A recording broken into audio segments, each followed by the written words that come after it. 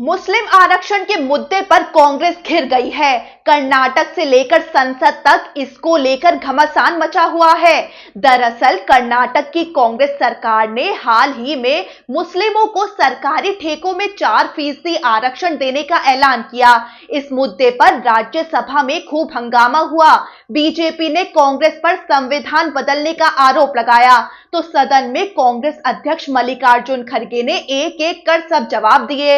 राज्यसभा में केंद्रीय मंत्री किरेन रिजिजू और जेपी नड्डा ने कांग्रेस पर आरोपों की बौछार कर दी, जिनका मल्लिकार्जुन खड़गे ने जवाब दिया। खड़गे के जवाब के बाद भी हंगामा जारी रहा। इसके बाद कार्यवाही को कुछ वक्त तक के लिए स्थगित करना पड़ा। दरअसल सदन की कार्यवाही शुरू होते ही सभापति जगदीप धनखड़ ने संसदीय कार्य मंत्री किरेन रिजिजू को बोलने का मौका दिया। रिजिजू बोले कि एक वरिष्ठ कांग्रेस नेता जो संवैधानिक पद पर हैं, उन्होंने कहा है कि कांग्रेस पार्टी मुसलमानों को आरक्षण देने के लिए संविधान बदल देगी। वो बोले कि हम इस बयान को हल्के में नहीं ले सकते। ये बयान किसी आम पार्टी नेता की ओर से नहीं, बल्कि संवैधानिक पद पर बैठे किसी व्यक्ति की ओर से आया है। ये बेहद गंभीर है। रिजिजू बोले कि धर्म आधारित आरक्षण देने के लिए संविधान में बदलाव करना बर्दाश्त नहीं किया जा सकता। वो भड़के कि कांग्रेस नेता संविधान की किताब जेब में रखते हैं, लेकिन इसे कमजोर करने के लिए हर संभव कोशिश कर रहे हैं। रिजिजू ने मल्लिकार्जुन खड़गे से सवाल किया कि उन्हें सदन और देश को बताना चाहिए कि कांग्रेस मुसलमानों को आरक्षण देने के लिए संविधान में बदलाव क्यों करना चाहती है। इसके बाद जेपी नड्डा ने भी कांग्रेस को सुनाया। सदन के नेता और केंद्रीय मंत्री जेपी नड्डा ने आरोप लगाया कि कांग्रेस संविधान को टुकड़े टुकड़े कर रही है। वो बोले कि डॉक्टर अंबेडकर ने संविधान बनाते वक्त साफ कहा था कि धर्म के आधार पर आरक्षण नहीं दिया जाएगा। नड्डा ने भी इस पर खड़गे से बयान देने की मांग की।